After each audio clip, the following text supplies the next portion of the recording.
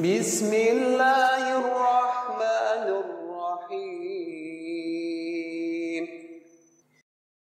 Innal hamdalillah nahmaduhu wa nasta'inuhu wa nastaghfiruh wa na'udzu billahi minasy syururi anfusina wa min sayyiati a'malina. May yahdihillahu fala mudilla lahu wa may yudlil fala hadiyalah. Asyhadu an la ilaha illallah wahdahu la syarikalah wa asyhadu anna Muhammadan abduhu wa rasuluh.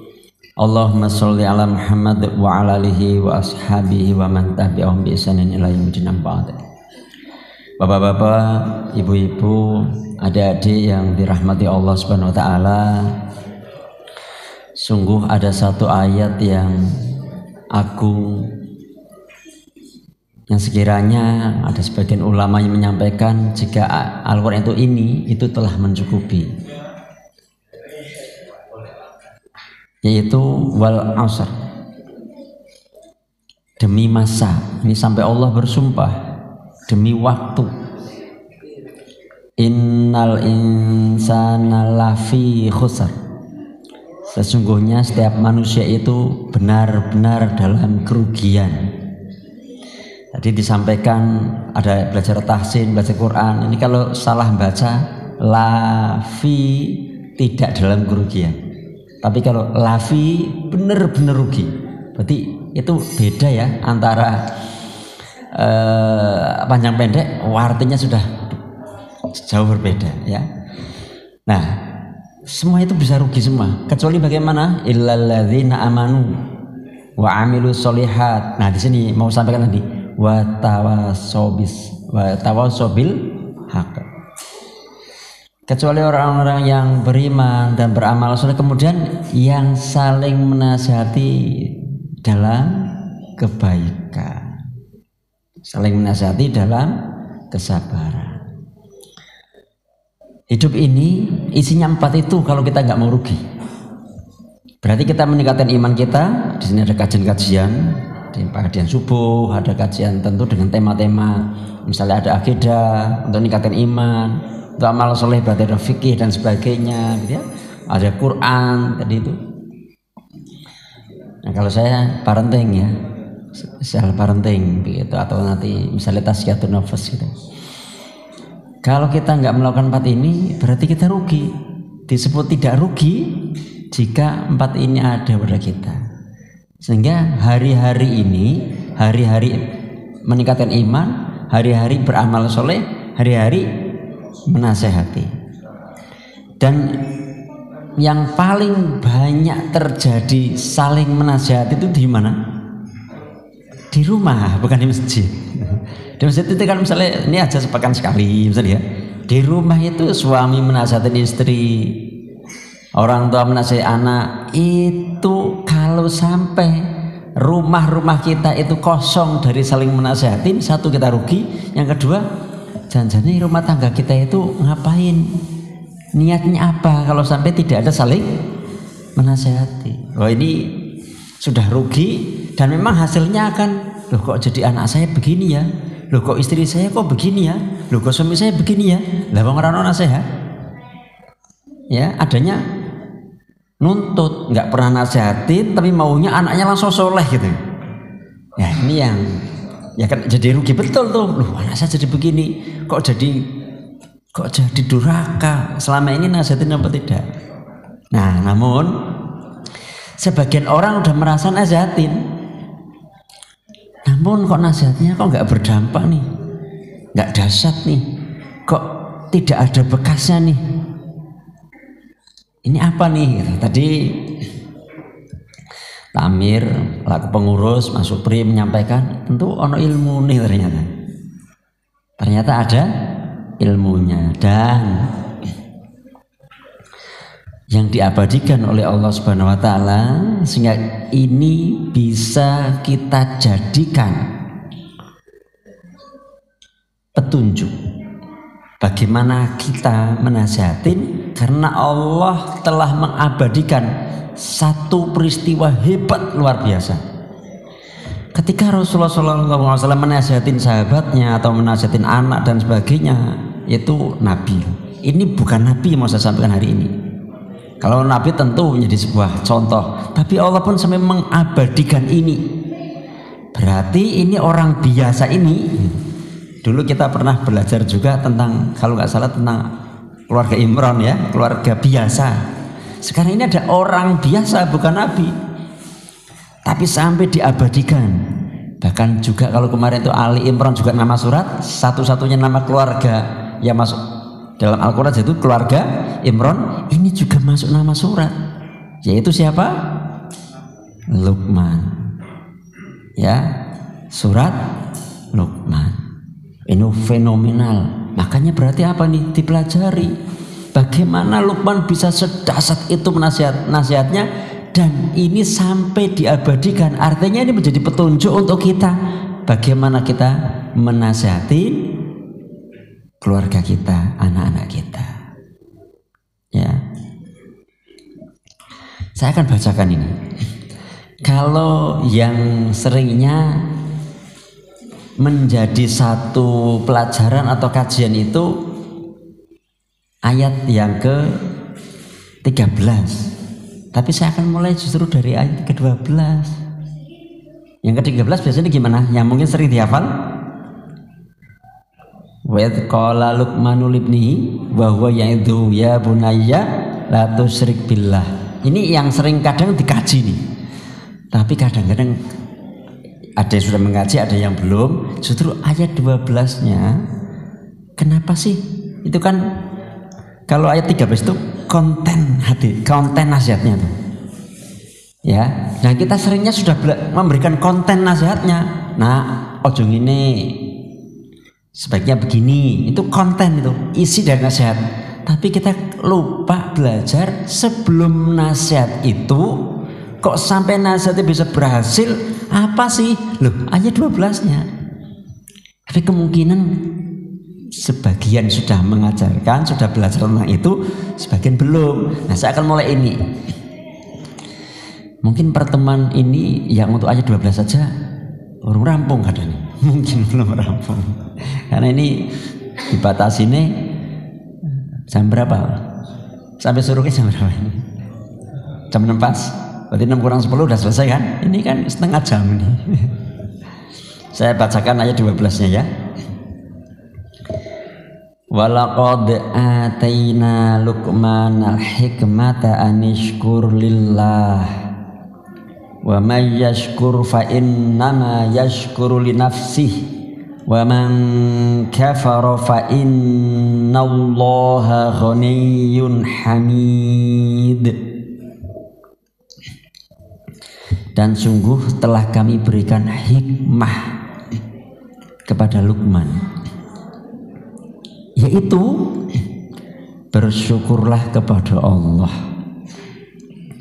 Dan barang siapa bersyukur kepada Allah, maka sesungguhnya dia bersyukur untuk dirinya sendiri.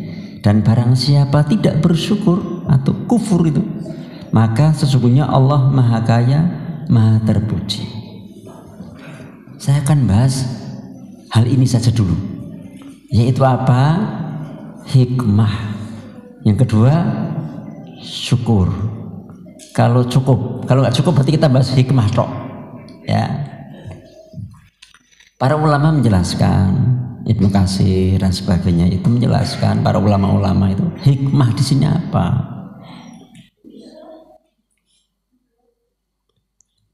Ini karunia banget, berarti kalau kita mau menasihatin harusnya kita bisa punya hikmah. Ya.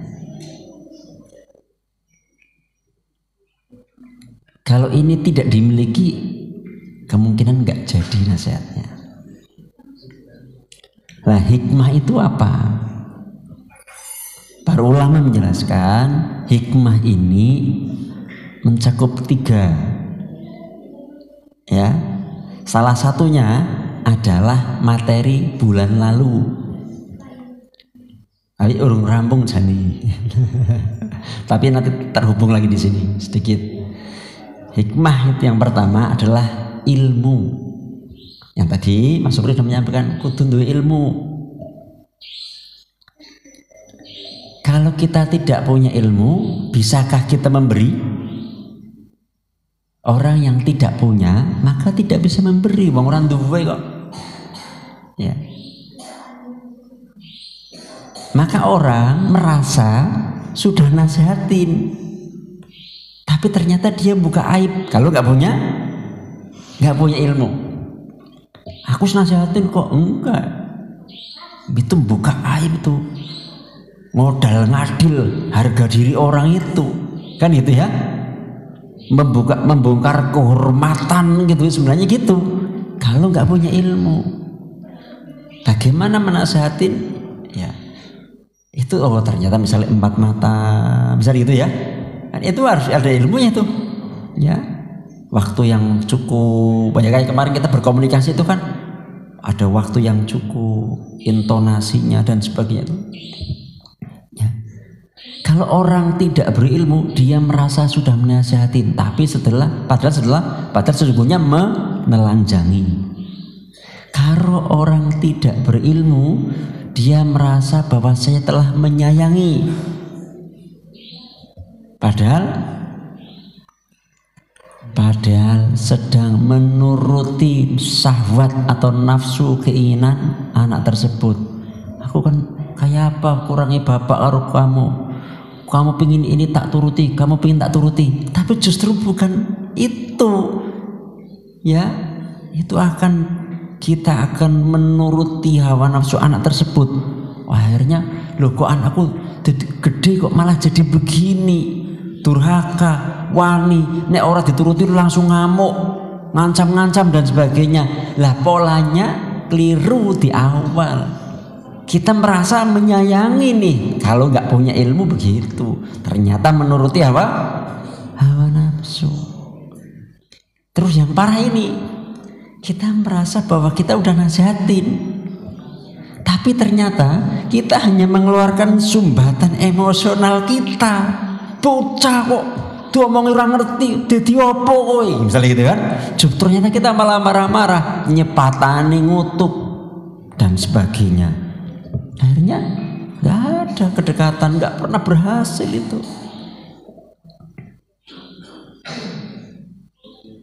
Isi ilmunya nggak tahu, tata caranya merasa nggak tahu, ya kok ini apa temen ya itu. Yang sudah punya ilmu saja kadang-kadang belum tentu berhasil, itu urusan hidayah. Lah apa meneh orang duwe babar belas, tata caranya belum tahu, itu jauh itu. Ngalami kesulitan nggak nasihatin anak-anak bapak ibu? Ya ngalami kesulitan ya. Hari ini berat pak. Ya beneran. Hari ini berat. Kita kejar-kejaran dengan pendidikan medsos, sosial media, media sosial, kejar-kejaran dengan televisi. Kemarin itu saya kedatangan tamu pak. Orang tuanya dari sisi pendidikan dosen. Ya, tapi bingung menghadapi anaknya. Datang ke rumah kemarin. Pagi ini juga ada orang yang berkonsultasi karena tentang anaknya. Orang yang sudah omongin.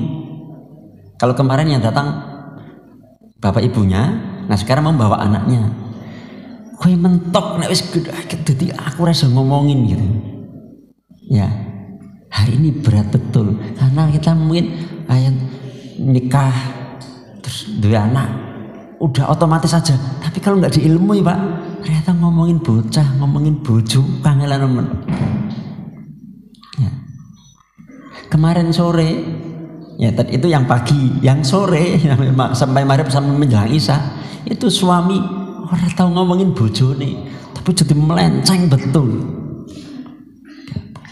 Ini luar biasa bab nasihat.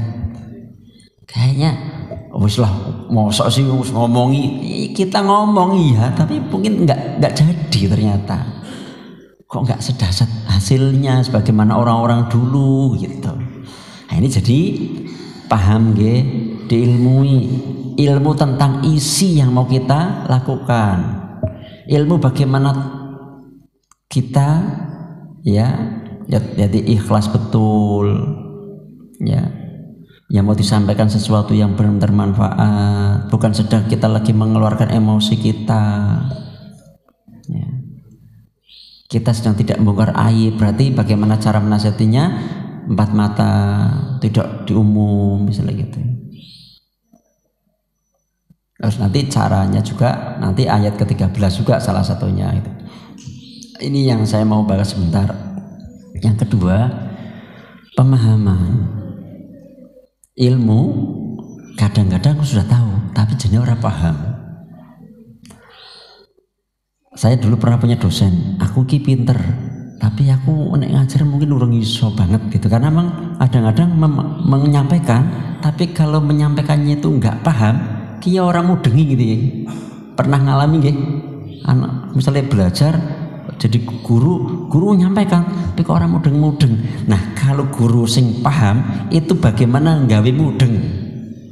Gitu. Nah, saya merasa kalau kita semakin paham dengan, misalnya kita pengajian nih, kita ada pemahaman yang masuk nih Pak, dapat ilmu dan sedikit paham, justru kita bertanya Pak. Tapi nek orang takon, kok kadang-kadang jane paham apa ora paham, itu mesti bisa gitu. Jeta Pak. Hari ini paham, oh ini gimana ya? Itu akan untuk menambah pemahaman, dia akan bertanya. Tapi nek orang takon, kok jane kuwi nang kene meneng, bisa untuk pahala sih. Gitu. Tapi justru orang-orang yang tanya itu biasanya justru memahami dan agak sedikit ada kebingungan, tapi saya jadi menambah pemahaman. Aku tak takon, oh maksud ke? Tapi nek mau apa pengajian ini? Anu apa ya? Jadi tambah para paham. Nah, ada satu kenapa sih kita bisa memahami, bisa mengerti bahwa rumah tangga sekarang ini kadang-kadang tidak baik-baik saja. Ini terutama sebagian ini ibu-ibu nggih. Ibu-ibu kata betul niki. Kata nggih. Ibu-ibu nyun sewu. Sebagiannya ada yang kuliah enggak? Ada. Terus karir mboten? Karir. Adakah yang kuliah tidak karir? Mungkin jarang. Ya. Saya itu sampai dibilangin sama ibu mertua saya, anakku ki kuliah amul plakat wisudane, tapi kan nggak boleh saya kerja, wis neng omah wae.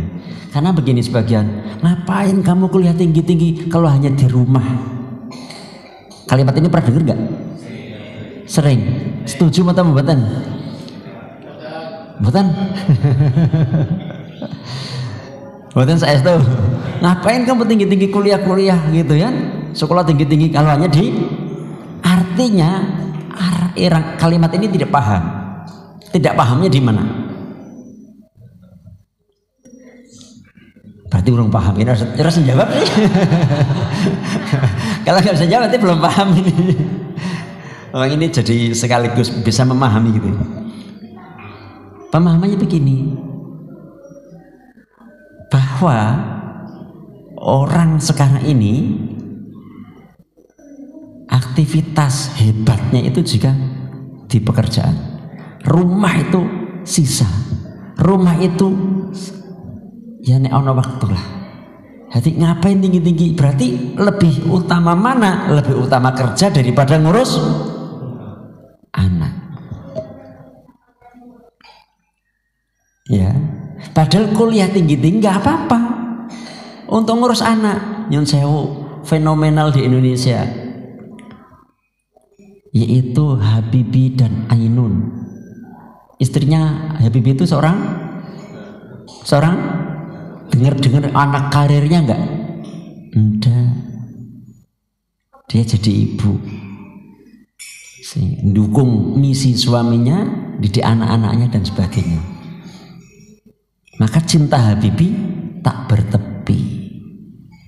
Jadi kuliah tinggi-tinggi, saya sempat sebelum ke pesantren, saya sempat kuliah keperawatan, dan saya jadi dosen keperawatan jiwa.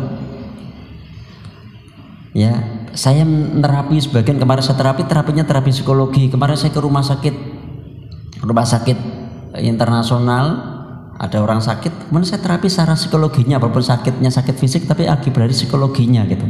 Kemudian saya belajar keperawatan anak, saya bikin PAUD bagaimana. Kemudian saya belajar bagaimana cara memprioritaskan masalah. itu saya di kuliah, sehingga itu saya pakai bagaimana keluarga saya membuat prioritas, mana saya beli dulu, mana ini yang tidak saya beli. Kalau enggak begitu bodol kita rumah tangganya. Nah kuliah kita gitu terus dihubungkan saja dengan kehidupan, kemudian rumah tangga kita. Jadi jangan salah paham. Kalau kita tidak memahami ilmu ini, enggak kita pahami, bahkan ada pemahaman yang salah bahwa tentang mengasuh anak, ngurus rumah tangga itu seakan-akan nggak penting. Ngapain tinggi-tinggi kalau hanya sekedar di rumah, seakan-akan di rumah ngurus anak itu orang perlu sekolah, orang perlu belajar parenting, orang perlu ngaji, kan gitu ya? Ya enggak? Ya sekarang masalah rumah tangga lo seperti ini. Tat, anak saya kenapa narkoba? Lah aku sing gawe malah sing kon mumet aku. Kan gitu ya? Tak udah pusing kayak gitu larinya ke saya. Ya aku ora tau lemu. Di tempat sampah sih. Anak saya ikut geng motor, anak saya nggak mau sekolah, anak saya begini, itu larinya ke saya Pak. Ya saya bersyukur saya bisa sharing, karena memang saya mendalami parenting, belajar bukan mendalaminya, belajar. Buku-buku saya tentang ilmu-ilmu parenting rumah tangga ya saya baca-baca, saya lihat YouTube, saya lihat video dan sebagainya seputar itu. Saya mau coba mempraktekkan ke anak-anak kami dan sebagainya. Ya, sehingga beberapa pertanyaan-pertanyaan seputar pengalaman kami. Jadi sudah setelah berilmu diikat tuh dengan dipahami betul. Kalau nggak paham berarti ditanyakan. Nah, Luqman itu punya ilmu dan punya pemahaman. Yang terakhir di sisi hikmah lo ya. Ini ada waktu berarti nanti Mbak syukur.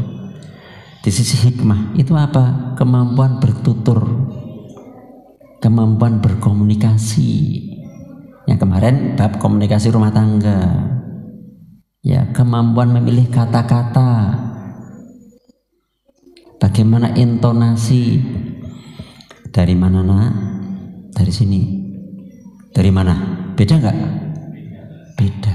Ini interogasi, ini menekan, ini memang benar-benar bertanya, gitu kan? Itu berbeda. Hari ini Bapak Ibu kesulitan ngobrol sama anak nggak? Kesulitan nggak ngobrol sama anak? Entah mungkin pegang HP, entah senengnya dolan, ya kan? Senengnya main.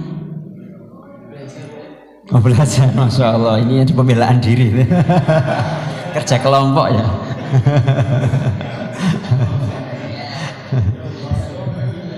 Saya pernah diundang di satu SMA negeri di sini, ya koordinasi sama guru BK, gitu kan? Anak SMA-nya itu bingung, bapaknya guru situ juga senior, guru BK-nya junior, kan harap negur bapaknya bingung gitu ya, anaknya begini. Ya sudah seringnya main keluar. Adalah kekurangannya kita sebagai orang tua di mana kita tidak punya waktu pada anak sejak kecil, sehingga memang nggak ada kedekatan. Nah bagaimana anak itu akan, Pak, Abi, Umi, kok saya di sekolah dapat ini ya, kok teman-teman saya bilang begini ya, mungkin nggak pernah ada karena kita nggak bangun kedekatan, kita nggak bisa ngomong sama anak, akhirnya keluh. Bahkan saat anak saya ke zaman saya di Tegal, Nggara itu kok yang nyari gara-gara, aku pingin mondok tapi aku pingin nang luar negeri dhisik, pingin ini, aduh Nggara bahasanya. Lah yo ngomong yo Pak, ngomong ngobrol sama anak. Aku kira iso ngobrol karo anak tapi nek ana wong tuku konsumen, wah pinter ngobrol tat. Marketingnya pinter. Lah aduh. Hari ini begitu. Orang sekarang ini hebat di pekerjaan. Tapi logikanya bisa tiba-tiba tumpul ketika sudah punya masalah di keluarga sama anak. Kalau pekerjaan itu kita bisa memberikan solusi begini, oh pimpinan ini bagaimana perusahaan bisa begini Pak, oh hebat betul dielulukan. Tapi hilang logika kita, hilang kecerdasan kita manakala kita punya masalah rumah tangga. Karena tadi salah pemahaman, bapak rumah tangga itu ya ada waktu sisa lah. Kerja Bali karena capek tekanan kerja, pulang-pulang aku mau me time drakor ya, apa-apa itu. Sudah nggak ada waktu ngobrol sama anak, nggak ada waktu main sama anak, kuda-kudaan. Nyun saya oke. Nabi itu ketika sujud, cucunya naik. Gimana itu yang dilakukan? Terus saja begitu. Itu sholat wajib apa sholat sunnah? Wajib lagi jamaah kan? Itu nggak dibatalin, terus dipuaskan. Nah saya ini ketika saya baca Quran, anak saya itu abi kuda-kudaan, tak tutup. Bukan berarti baca Quran tidak penting. Momen kuda-kudaan itu mintanya saat itu, baru puas. Kayak Nabi itu terus cucunya sampai puas kan juga akhirnya turun sendiri. Nah itu saya lanjutkan baca Quran. Wong sholat saja langsung menghadap Allah sing ora dibatalkan, diteruskan. Lah itu kita memang begitu Pak.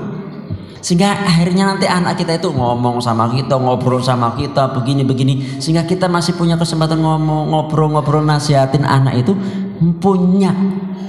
Jadi kita jangan jadi ayah bisu, jadi ibu bisu, nggak pernah ngomong sama anak. Jadi rasa nasihatin kayak kemarin itu, aku nek nasihatin aku ora gelem, wis lah, imang nyongan, wis lah. Jadi udah putus asa tok kita. Karena nggak terbangun kedekatan. Justru akhirnya karena tadi itu marah, kamu lo begini, akhirnya sudah anak terlukai, dah nggak asik sama bapak, nggak asik sama ibu. Kalau sama teman-teman sih asik, lah sudah. Gimana kita mau masuk pintu untuk nasihatin? Nggak bisa. Untuk nasihatin saja nggak bisa. Saya dikeluar saat aku nek ngomong karo anakku wedi, aku nek ngomong karo anakku meneng. Untuk masuk pintu ini saja sudah nggak bisa lah, gimana lah. Ini salah satu ilmu sebelumnya adalah meluangkan waktu pada anak, meluangkan waktu. Ya mau kuda-kudaan, contohnya saya nggih, kuda-kudaan itu kira-kira anak maksimal umur berapa? 5 tahun masih pantas nggak? Masa anak kita SMA kuda-kudaan? Memang momennya saat itu, jangan dilewatkan. Ketika dilewatkan ya sudah, akhirnya berat. Ya, jadi ini kemampuan bertutur. Jadi banyak di antara kita itu Pak bisa ngomong Pak, bisa bicara, tapi belum tentu bisa berkomunikasi. Ya, dan kemarin prinsip komunikasi apa? Bisa ulang luweh kimputan apa ora? Prinsip komunikasi adalah semakin dipercaya seseorang maka akan mudah diterima. Berarti kita harus jadi orang yang dipercaya dulu sebagai orang tua, teladan, sholate, ngajine, tindakannya, kata-katanya dan sebagainya. Kalau janji ditepati dan sebagainya sehingga dipercaya. Oke. Yang kedua, manfaat apa yang diperoleh untuk orang yang dikomunikasikan? Semakin kita itu menyampaikan itu manfaatnya untuk yang lawan bicara kita, maka dia akan lebih mendengarkan. Tapi kalau memang opo, misalnya pengajian saja, sebenarnya kalau temanya memang dari jamaah nih ya, kalau memungkinkan nih, misalnya saya diminta 1 pekan sebelumnya, tapi jamaah udah rembukan, Supri temanya ini ya, Kak Ustadz Mulyanto, itu kan memang dari jamaah ya. Itu saya parenting di Tegal itu tadinya tema dari saya, kemudian balik sekarang coba mulai bulan kemarin itu tema dari jamaah. Itu kalau nggak salah sampai 20 pertanyaan. Itu kalau tidak dindek itu terus itu. Karena mereka udah aku butuh ngaji, ikut parenting karena aku punya masalah di keluarga saya. Pertanyaannya banyak sekali itu.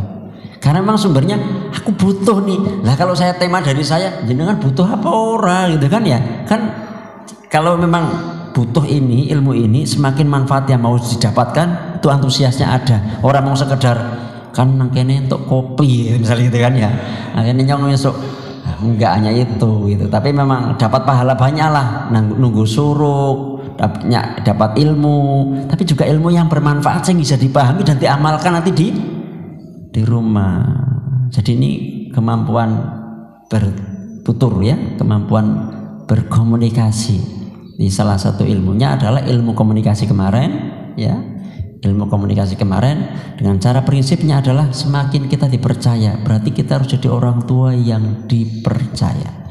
Kalau suami mau nasihatin istri, berarti suami harus dipercaya percaya sama istrinya, berarti tidak menghilangkan kepercayaan itu. Kalau menghilangkan kepercayaan gimana? Aku wis ora percaya karo bojoku, kenapa? Bohong terus. Ya sudah, memang kalau wis bohong. Ya. Karena dia mengkhianatiku, dia berlaku nista di belakangku. Gimana aku harus percaya? Ya sudah, dan mengembalikan kepercayaan itu mudah apa tidak? Tidak, walaupun sudah minta maaf. Tidak.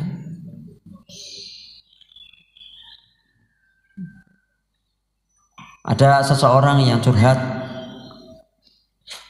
dia chattingan sama lawan jenis, kemudian pasangannya, loh kok bojoku ini gitu.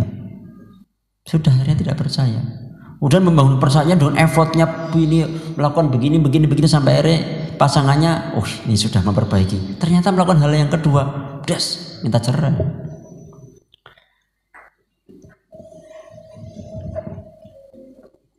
Ada nggak ya? Contoh bis.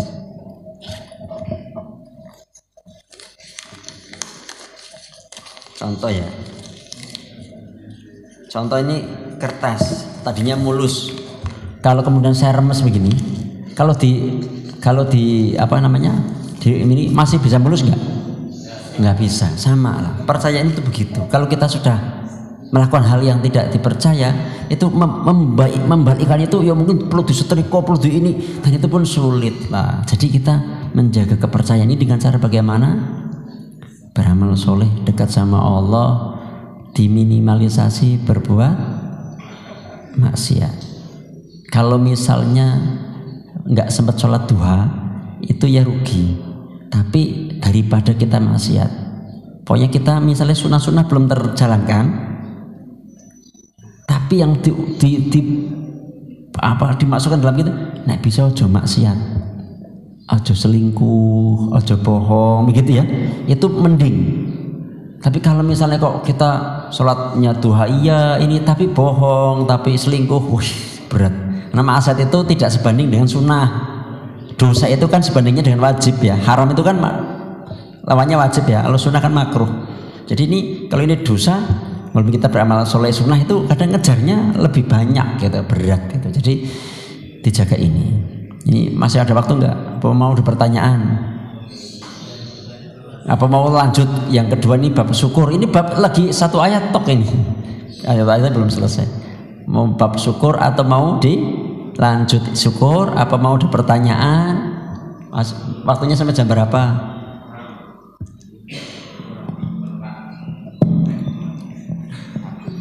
Untuk bab hikmah mungkin ada yang mau bertanya dulu. Ustaz Anang mungkin mau menambah pemahaman. Kaitannya dengan hikmah dulu Ustaz. Saya mau nanya terkait dengan hikmah. Kalau yang tadi saya tangkap berarti sebelum kita menasehati, minimal kita harus mencoba sudah melakukan suatu kebaikan yang tadi itu ya Ustaz. Yeah. Nah ini permasalahannya adalah untuk anak-anak biar lebih semangat untuk beribadah Ustaz. Terutama sekarang ini kan anak-anak lebih disibukkan dengan HP nih. Yeah. Untuk baca Quran kayak waktu maghrib apa setelah subuh itu kan sudah jarang sekali, kecuali ada program di masjid. Itu saja nggak semuanya ikut. Iya, hanya beberapa. Itu gimana Ustaz untuk minimal di rumah masing-masing? Yeah. Jadi pertama kali nih Pak Nyun Sewu, seandainya kita jarang belajar ilmu parenting, seandainya jarang belajar ilmu parenting, karena memang kadang-kadang memang itu karunia sih Pak.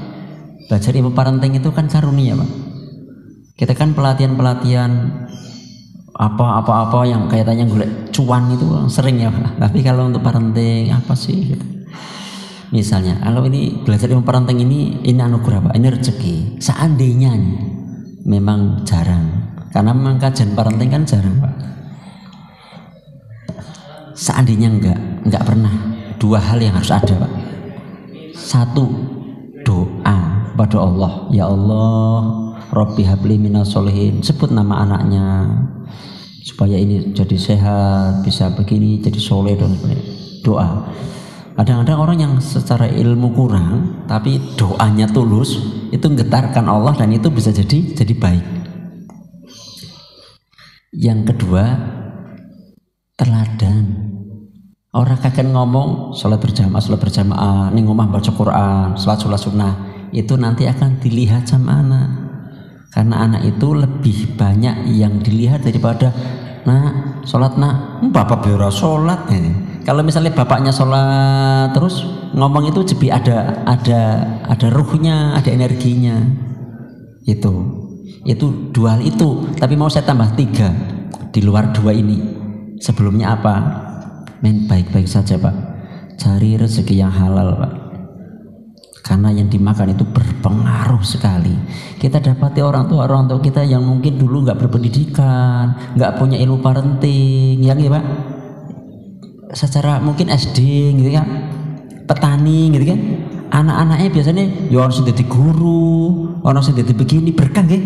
Yang saya sebagian sekarang mungkin punya ada namanya pejabat gitu, anaknya narkoba ngaten gitu. Ya enggak, karena yang dimakan enggak halal, itu berpengaruh. Sehingga ya udah, mau diomongi, mau apa, mau dieleske, mau diapa, orang menyimpang. Dan Rasulullah sudah mengabarkan kelak nanti ada di satu zaman yang orang itu enggak peduli halal atau haram, enggak peduli Pak. Beres penting untuk padahal yang kita cari itu berkah Pak. Duit ketone akeh tapi entahnya ora jelas, tapi berkah itu ya cukup gitu. Jadi ini, nah bagaimana ini kalau di rumah juga itu terus nggih nyon sewu, saya belum punya alternatif apapun anak kecanduan HP Pak, kecuali apa? Ambil HP-nya. Karena sekarang aja orang tua nggak berani ngambil HP kepada anaknya. Nanti gimana? Hari ini tuh Pak HP itu nggak hanya sekedar ini Pak, ngeri iklan-iklannya dan sebagainya. Ya, HP saya kan rusak ya Pak. Akhirnya saya ada rezeki terus HP baru. Kemarin pas telepon anak saya di pondok yang sekarang satu SMA. HP baru nih Kak. Oh, HP masih rusak. Nanti kalau diservis jadi untuk saya ya di anak kelas 1 SMA enggak tak pegangin HP. Anak saya itu enggak saya pegangin HP. Teman-temannya mungkin sudah punya nomor sendiri, punya ini, anak saya enggak. Setelah itu ya saya akan pegangin HP. Istilahnya karena sudah kerja makanya. Itu pun nanti saya timbang-timbang gitu. Saya enggak pernah saya pegangin HP. Yang ngasih HP orang tuanya, kadang seneng pakai kuota orang tuanya, tapi naik kecanduan HP bingung gimana caranya, diambil toko. Nangis ya ora apa-apa nangis. Kalau saya begitu nangis enggak apa-apa. Anak saya kadang-kadang mau nyatanya saya kadang pegang HP kan aja ya, anak saya ikut ya yang kecil tuh. Kalau minta HP enggak, nangis itu. Saya peluk aja. Saya peluk enggak. Dan saya bocornya kadang-kadang saya kasih HP gimana? Istri saya lagi repot, ada orang konsultasi ke saya. Kalau konsultasi tok enggak apa-apa, Pak. Tapi pada saat terapi luka batinnya atau psikologinya itu butuh konsentrasi. Saya bocor, tak kasih kartun atau apa dan sebagainya, selesai tak ambil nangis udah itu kadang saya masih bocor. HP itu sekarang memang jadi anak dididik dengan HP Pak. Nah ini beratnya nanti kita mendidik ini sungguh Pak, hasilnya itu nanti ya. Jadi mendidik itu tidak mendadak itu sekali lagi tahu bulat. Mendidik itu panjang, prosesnya panjang, nasihat itu terus. Contoh ya Pak, yang ini jarang dilakukan oleh keluarga muslim hari ini loh Pak. Perintahkan anakmu sholat ketika umur 7 tahun, pukullah ketika umur 7 sampai 10 tahun berapa tahun? 1 tahun berapa hari? Tanggap telung atau seket peng telu berapa? 1050, tanggap 1000. Kalau sehari 5 kali berarti 5000 kali Pak. Sholatna itu nasihat terus tuh Pak. Sholatna, kalau nggak sholat nanti bikin sholatna. Jadi nggak perlu mukul Pak kemungkinan, karena ping 5000. Ya, prosesnya panjang sampai 3 tahun, prosesnya panjang sampai 5000 kali. Kita kan nggak sabar Pak. Istinasati pira langsung kita marah, langsung kita visi. Dan kita memang jarang nasihatin seperti itu. Maunya hasilnya langsung jadi, sekali ngomong langsung jadi. Lagi ping 5.000 kok. Dipahami nggih? Jadi berat, Pak. Kalau nggak berat, Pak, pahalanya nggak jariyah. Hari ini tadi kita sholat subuh nggih. Misalnya setelah ini meninggal sebelum sholat duhur, pahala sholat kita berhenti nggak? Berhenti, Pak. Padahal sholat itu perintahnya langsung dari Allah. Tapi waladun soleh, yada'ulah, anak soleh yang mendoakan. Jariyah betul? Jariyah. Doanya gimana sih? Doa anak soleh itu gimana untuk orang tua? Rabbighfirli, ya Allah ampunilah aku, wali walidayya, dan kedua orang tuaku, warhamhuma, dan sayangilah huma, dua orang bapak ibuku itu, kedua orang tuaku, kama, sebagaimana robbayani soghiro, sebagaimana mereka. Ya kowe belajar bahasa Arab keliru. Coba Pak dipertep ya. Warhamhuma, ada kata ro, ha, mim, ar-Rahman, ar-Rahim, itu seperti itu Pak ya. Artinya kasih sayang. Robbayani, beda nggak Pak? Ro sama ba, ada namanya istilah murabbi, pernah dengar? Ada fakultas tarbiyah, pernah dengar? Berarti warhamhuma, sayangilah mereka sebagaimana mereka mendidikku, Pak. Untuk menyayangi. Saya bagaimana mereka sering menasihati dan sebagainya, itu dilakukan. Lah kita mau dapat doa itu loh, ternyata kita nggak pernah mendidik. Kita merasa sudah menasihatin, sudah jadi orang tua yang bertanggung jawab. Padahal ternyata enggak. Karena apa? Kita melepaskan tanggung jawab langsung kayak ke sekolahan kabeh. Kita enggak pernah. Kamu nek begini tak kondongi guru. Lah kok guru sing sakti kok guru nggih medeni kaya setan. Kamu tak laporkan ustadz loh. Lah kok kenapa kata-kata orang tua enggak sakti? Kan Luqman sakti di kata-katanya. Luqman itu anaknya syirik, Pak, musyrik. Sampai dinasihatin terus sampai berhasil jadi bertauhid, Pak. Para ulama menyampaikan begitu. Dulu sebelum saya dapat referensi, pemahaman saya, Luqman nasihatin anaknya sebelum anaknya syirik. Aja berbuat syirik ya nak. Jadi kita ini seringnya kan nasihatin bocah wis nakal. Kowe gelut ya, kamu ngerokok ya, aja nak, wis kerja kadung. Ternyata saya dapati, oh ternyata anaknya Luqman itu setelah Luqman dapat hidayah tauhid, anaknya belum ikut, masih ikut agamanya masyarakat. Tapi Luqman terus nasihatin sampai benar. Nasihatnya itu terus Pak, 5.000 kali. Nasihatnya terus bolak-balik sampai 3 tahun bahasa nih. Nah kita itu nggak sabar. Didik itu nggak mendadak hasilnya nanti. Jika kita punya anak-anak sebelum balik kelihatannya nakal Pak, itu wajar. Tapi ukurannya nanti setelah balik bagaimana? Nah, ilmu pertama kali kajian saya di sini membahas luka pengasuhan. Rumusnya adalah jika orang tua hadir di usia 0 sampai balik, nanti hasilnya baik. Rumusnya itu, jika 0 sampai balik tidak ada kedekatan, tidak ada komunikasi, tidak ada hal dan sebagainya, nanti air mata, pikiran, materi dan sebagainya keluar untuk memperbaiki itu. Jadi kalau sudah terlanjur begitu, diistighfari, minta maaf sama anak, sering punya waktu, apalagi anak-anak seusia ini bukan sering dinasihatin, malah apa? Didengarkan ceritanya, Pak. Mereka itu sudah apa, saya sekolah begini-begini, coba apa. Kita kakek nasihatin nyeramai, bualah nyeramai terus gitu. Ya udah mulai begitu, mbien-mbien kurang gitu, nggih. Wallah alam bisawab. Masih ada lagi untuk menguji pemahaman. Kira paham-paham gitu. Nggih. Kita sering menjumpai mengartikan hikmah terhadap keluar dari hukum. Jadi apakah itu kembali ke hukum atau dari hukum berbalik? Contohnya biarpun keluar dari hukum Pak, disebut hikmah itu. Kita juga diberi arah untuk sholat.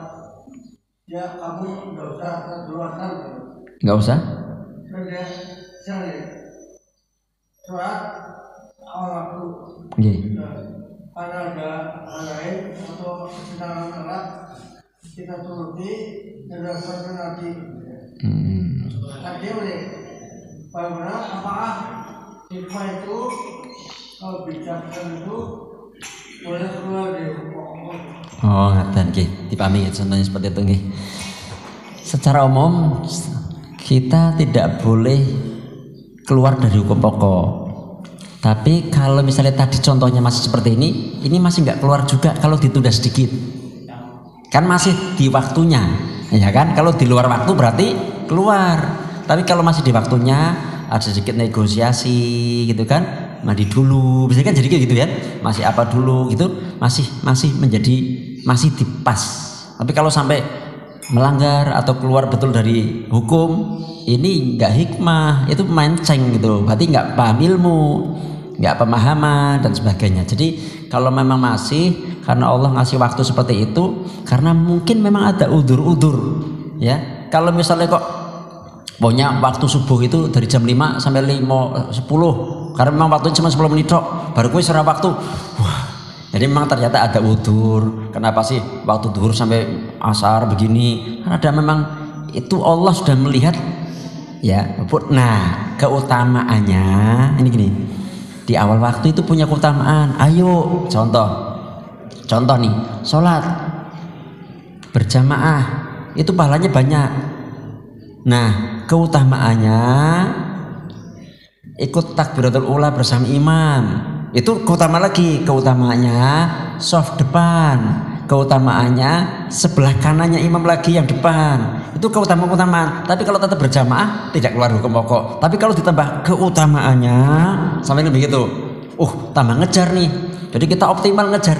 Ya, anak pun tidak merasa kudu ini, wah abot ya, apalagi masih anak-anak. Kadang-kadang memang masih perlu ya, contoh masih latihan puasa nih, ya udah puasa beduk dulu, namanya masih latihan. Berarti itu tidak keluar dari hukum pokok.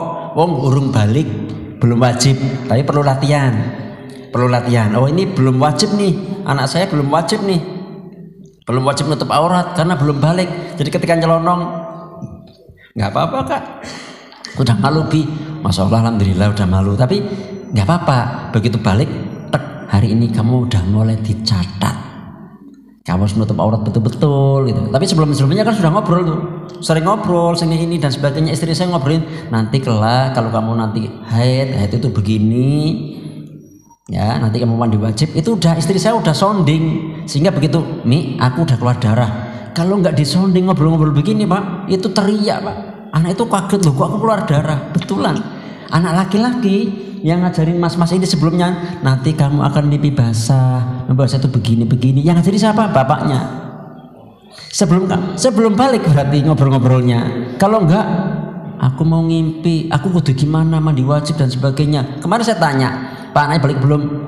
Kayaknya sudah diomongin cari basah. Kata sekolahan sudah ngomongin, kayak bisa ngerti. Itu kesulitannya begitu.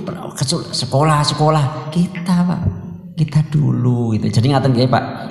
Jadi itu masih belum nggak keluar dari pokok aturan karena masih di waktunya. Apalagi anak-anak juga masih perlu pentahapan, ya kan?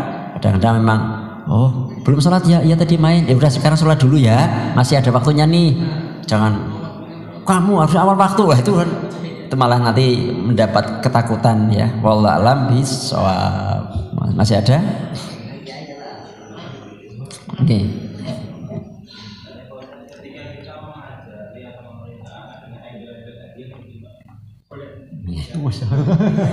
Dijawab.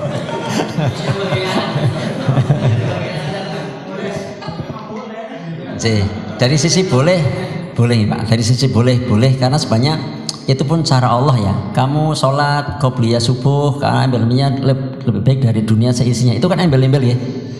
Nanti tetap digeser terus lama-lama akan ngajari tauhid ya. Jadi ini materi pertama tentang nasihat.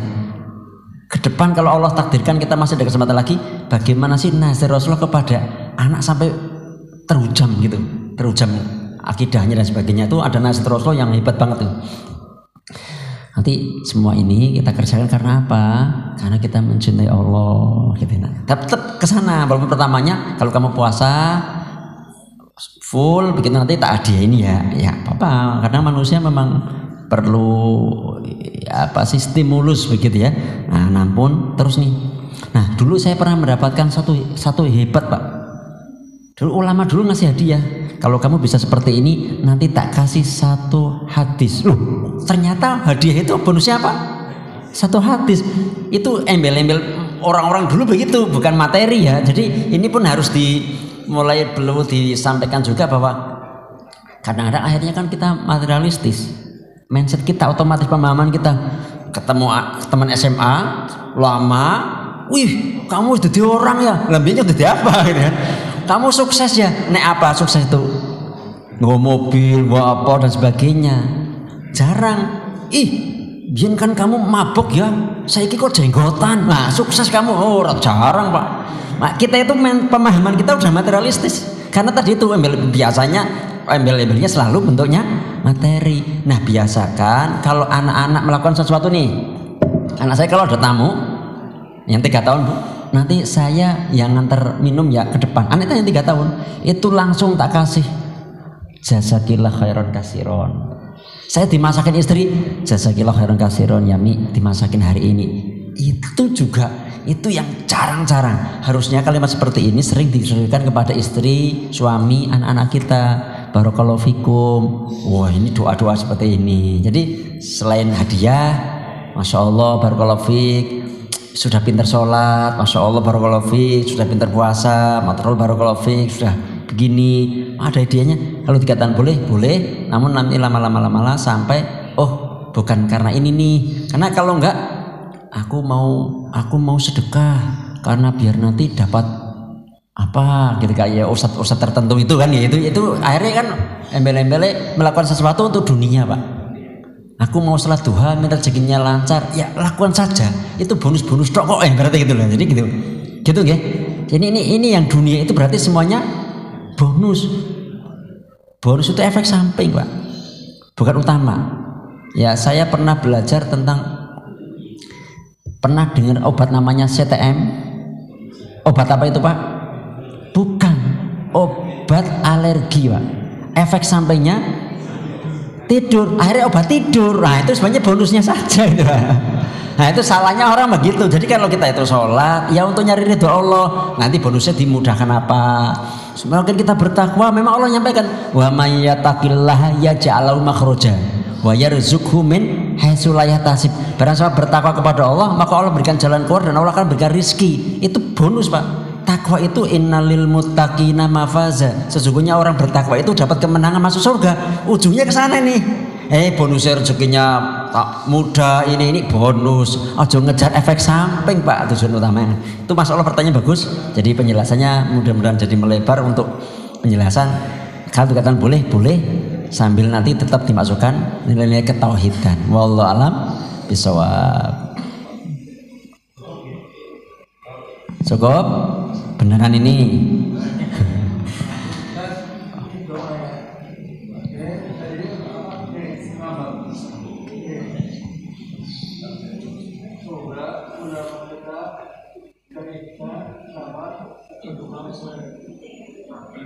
Orang kaya usulnya ditinggalkan. Ulama yang kamu jahat berarti fatwa yang baru. Amalnya tidak diharapkan. Kenapa? Ulama. Iya sudah yang itu Pak. Ya yang terakhir. Apakah ini kebijaksanaan yang baik? Kayak politik tadi nih. Jadi untuk hari ini ya Bapak Ibu semuanya, ini malah pertanyaan bagus tapi tak hubungkan ya. Dahulu sebelum, jadi misalnya Rasulullah dengan para sahabat mau perang Badar. Misalnya perang Badar itu tanggal ini sekarang berapa? Ini sekarang 27 Agustus perang Badar. Nah, tanggal 27 Juli itu para kafir Quraisy itu sudah disusupi rasa takut, Pak. Rasa takut itu 1 bulan 2 bulan itu sudah disusupi sebelum kejadian. Hari ini orang-orang itu sama ulama berani, nggak ada takut-takutnya. Sama orang Muslim berani, walaupun mayoritas kayak ditindas. Ngaten nggih? Bedanya apa, Pak? Bedanya kita tidak menghidupkan sunnah, Pak. Bedanya kita nggak bertauhid, ya, sehingga ada kebijakan-kebijakan seperti itu. Bagaimana untuk supaya Islam itu memimpin lagi, menang lagi? Kita mulai dari keluarga-keluarga kita. Bagaimana doanya? Robbana hablana min azwajina wa dzurriyyatina qurrata ayun. Ya Allah, anugerah kepada kami, istri kami, anak-anak kami yang apa? Qurrata ayun, yang sejuk dipandang mata. Ini berarti soleh-solehah, keluarga bertakwa. Wa ja'alna lil muttaqina imama. Jadikanlah kami pemimpin yang buat kebijakan tadi, Pak. Jadikanlah kami pemimpin kepada siapa? Yang untuk orang-orang yang bertakwa. Nyun sewu. 1 2 3 4 5 semuanya nih. Ini sudah pernah tak bahas. Ini orang-orang bertakwa semua. Kemudian dipilihlah Mas Dili sebagai ketua RT kan di sini ya. Itu mimpin orang-orang yang bertakwa. Ini doa itu seperti itu, Pak. Tapi kalau ada satu gerumbul orangnya bajingan gitu ya katanya ya. Orangnya itu entah mabok, entah adu ayam, entah judi. Nah, ada satu orang yang beda, soleh sendiri, mimpin mereka, jadi enggak, Pak? Enggak jadi. Berarti mulainya dari mana? Dari keluarga. Makanya saya sekarang dakwanya, ayo keluarga kita bertakwa, saling menasihati, bertakwa.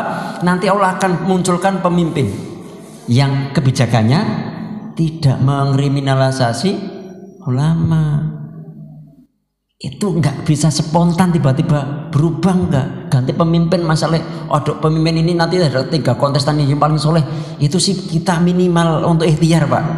Tapi itu nggak bisa menyelesaikan tanpa kita memulai dari keluarga kita. Ayatnya itu ngaten nggih. Jadi doanya gimana? Doakan disusupkan ketika ya Allah, berikanlah kami pemimpin yang baik, yang adil. Ya Allah, berikanlah keamanan untuk itu. Kita harus mendoakan untuk, selain doa untuk diri sendiri, doakan untuk bangsa kita. Hari ini, Pak, kemarin ya saya lihat di Hawaii kebakaran, di mana gunung es. Kemarin di Kanada seperti itu. Ini sedang nggak baik-baik saja. Di Saudi kemarin badai, Pak. Ini kita nggak ngerti, ya Allah. Ini aku lihat mobil-mobil begini. Kita nggak ngerti, ujuk-ujuk tiba-tiba nih Purwokerto, kita nggak ngerti. Dan kita nggak siap. Kita nggak biasa dengan keluarga bertakwa. Kita nggak ngerti musibah itu kan, siapa yang menyangka? Mau kita lagi jalan tiba-tiba badai, lagi tiba-tiba kebakaran. Itu mobil-mobil lagi di situ banjir. Kita nggak ngerti. Jadi kita mulai dari keluarga kita. Nasihat saya, kita doakan sesama muslim dan sebagainya, gitu kan. Termasuk doa yang hebat luar biasa kan, Robbi khwirli, ampunilah aku, wali walidaya, dan kedua orang tuaku, kemudian walil mukminin, yaitu misalnya, dan semua orang mukmin. Itu kan kita sudah mendoakan seluruh orang mukmin sedunia. Wah, pahalanya banyak banget tuh. Nggih. Cukup ya? Subhanakallahumma wa bihamdika asyhadu an la ilaha illa anta astaghfiruka wa atubu ilaik. Assalamualaikum warahmatullahi wabarakatuh. Assalamualaikum.